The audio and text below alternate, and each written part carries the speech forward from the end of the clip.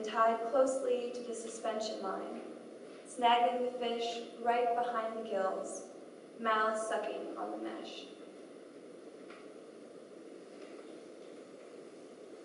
And for my last poem, I'm going to read, takes place at a church camp in the Appalachian Hills of North Carolina. Glory Ridge. East of Hot Springs and the Tennessee state line, the French Broad River drains northward between the Valley Divide and the Pisgah Ridge. Along the banks, river trees, river birch, sycamore, American hornbeam. The willows show the high water mark of flooding.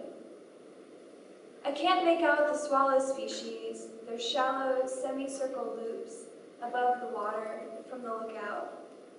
You are taking pictures of me. My face is swollen from the heat. Late afternoon, the wide, bounded river. Up the stairs, songs are scrawled into the railing wood. Saffron oranges, greens, delight in the Lord. We see the dust lighting the air, hear the slow current like the missing wind. He is like a tree planted by streams of water.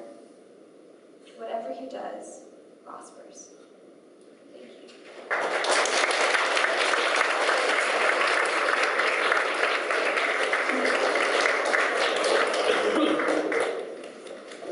Kwon, the chief of the Yale Literary Magazine. She loves vintage clothes and poetry, especially from the last 100 years.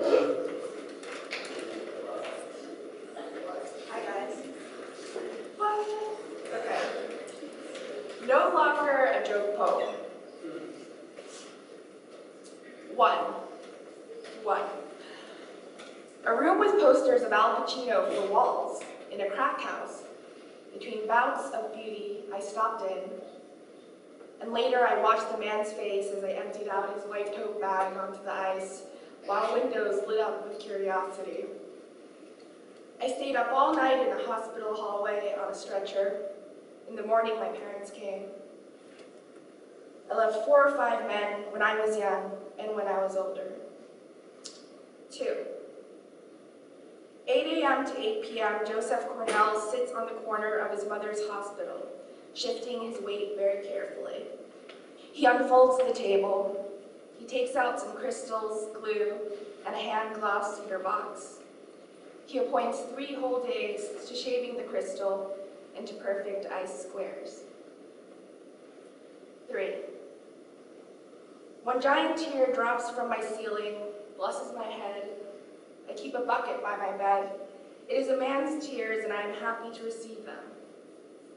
In my heart, Sappho, mouthing the words to a wedding dance. I put her there myself. But how could I predict she would thrive on being alone, how it turns her on? At the height of her longing, her songs get simple, and I become an ape, lugging my bodiless big love. 4. A cloud reservoir spreads like a pond in the rain over the entire city. It is not dead. It heaves, lets out a cry, holding its heart to its spine, coats the grass with its translucent blood. Gather in the center, near the big, ugly-ass fountain. Hug and shit. Love each other. 5.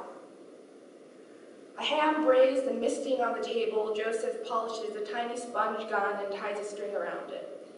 He suspends it in a glass jar. This piece he titles, "Last night I stared at various things in my room. He asked God, please." There's nothing melodramatic about it. He doesn't show his mother. He puts it in the closet on the 3rd shelf, between the boxes of parrots, the yellow and the green. Everything he's learned is in those jars. He carved drops of rain into the glass of his mother's window, and after she died, he axed it out and brought it home. My second and last poem, Walking Along the Mississippi River. Loose gravel hovers near my ankles.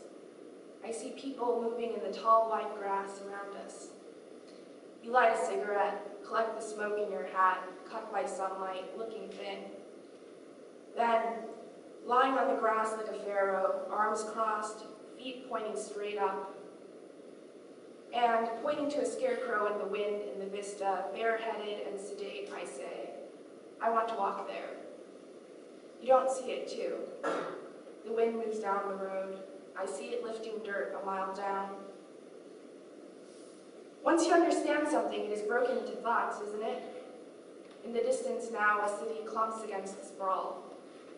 I pass drooping ivory flowers, self-possessed, barely stirring in the wind, that I've never seen before for a whole afternoon. Hypnotized by the sun into a dull heartbeat, I am struck by the simplicity and sense of a realization. Return to the populace. He is gone.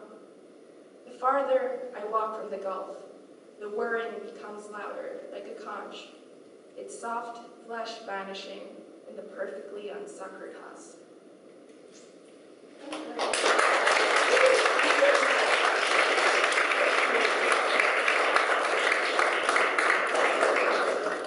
Isn't this kind of amazing? Daniela Maristany is from Corvallis, Oregon. She worked with Professor Emily Barton on her project.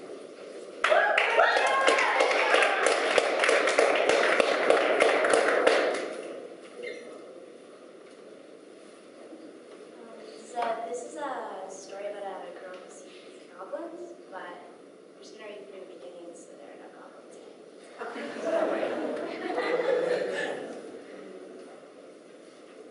The girl is pacing the East Wing Lounge on the 10th floor, making large ovals in front of the lilac couches and fingering the white velvet trim of the turquoise skirt. It is 9 p.m. and the lounge is empty. Family with twin baby boys left at 5, and the young woman who always brings a book left early, in the middle of the afternoon. The girl, Elise, is on her 32nd lap of the lounge, and when she reaches 36, the square her age, she will go to her mother to see if it is time to leave. Elise would like to ask the charge nurse, who is sitting alone at the desk reading charts, if she can have more crayons, but she has already asked twice today. They are the cheap type of crayons and useless for coloring. Much better is to find objects that match their colors and hide the crayons there. Elise pulls off the paper wrappers and scours the 10th floor for a color ceremony. Smooth wax cylinders sit in the woman's bathroom garbage can, dark gray, in the back pocket of a young male nurse's scrubs, teal blue, and in the best aunt mug of the charge nurse, wild watermelon. The last crayon in her set, a royal purple, took Elise a good portion of the afternoon to place. She was about to settle with putting it in one of the East Wing couches, until finally a large woman with a purple vinyl handbag sat down in the East Wing lounge and Elise dropped it there. Elise and her mother have been coming to the hospital for 2 days, and matching crayons is the best way she has found to pass the time. 3 days ago, Elise's mother got a call, and all of a sudden they are on a plane and headed to this big hospital to visit her mother's sister, and Aunt Judy that Elise cannot remember meeting before. Usually, Elise's mother stays in the room with Aunt Judy, her parents, and Aunt Judy's husband, Uncle John, while Elise roams the halls between the East and West lounges. Now, Elise finds her mother in a chair outside her aunt's room, flipping through a large hardcover book. Elise's mother has big eyes and a pixie haircut, bleached platinum blonde.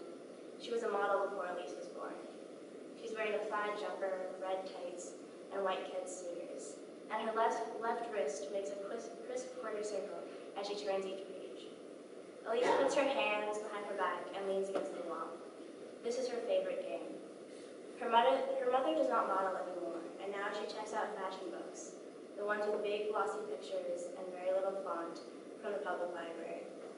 Her mother flips through each new book quickly, registering her approval or disapproval in a few words, and Elise is allowed to join in. The book her mother holds now is Vogue, the 1990s in photographs. Elise watched her mother pack the book 3 days ago, patting it between the sweaters in her suitcase, and she has been waiting for its appearance ever since. Her mother flips to a photo of a runway model wearing a glossy plastic dress. Nice, her mother says. Classic. The next photo shows a model in the same style of dress, but with plastic switched for clear, were the red plastics which were